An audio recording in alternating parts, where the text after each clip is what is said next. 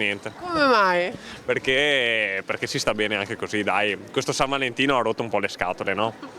E secondo lei invece? Io invece ho un'opinione contrastante. Per San Valentino invece farò qualcosa insieme alla mia compagna. Che bello, cosa fate di bello? Ma ci prendiamo una sera per noi e andiamo a mangiare fuori. Non ho nessun programma, a dire il vero.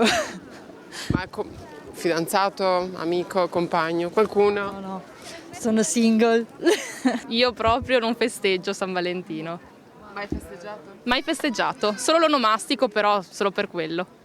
E lei invece? Io lavoro nella ristorazione, San Valentino si lavora, quindi lavoro sempre. San Valentino è la festa degli innamorati, ma sicuramente questo weekend d'amore può essere una buona ripartenza per ristoranti e alberghi rispetto all'anno scorso. Dopo i clamorosi insuccessi del Natale, dell'ultimo dell'anno, questa per noi ristoratori è davvero la primissima boccata di ossigeno. Le prenotazioni stanno andando bene, c'è ancora posto, ma stanno andando bene anche perché è diluito proprio in 3 giorni quest'anno, no? Il festeggiamento del San Valentino. Si prospettano inoltre dati positivi anche per il settore del turismo, grazie all'allentamento delle norme anti-Covid, come la rimozione dell'obbligo di mascherina all'aperto e l'inizio della bella stagione. Devo dire che da maggio in poi è tutta in discesa, nel senso che ci sono già tante prenotazioni.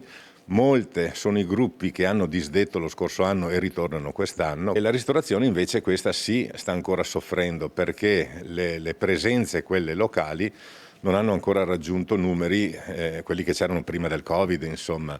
Ma c'è anche una considerazione da fare nello specifico per l'economia turistica bassanese. Noi è anni che ci proviamo, no? A far rete, a far squadra con gli altri comuni per creare una destinazione.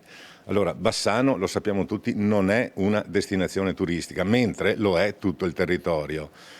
Purtroppo finora c'è stato solo davanti un muro.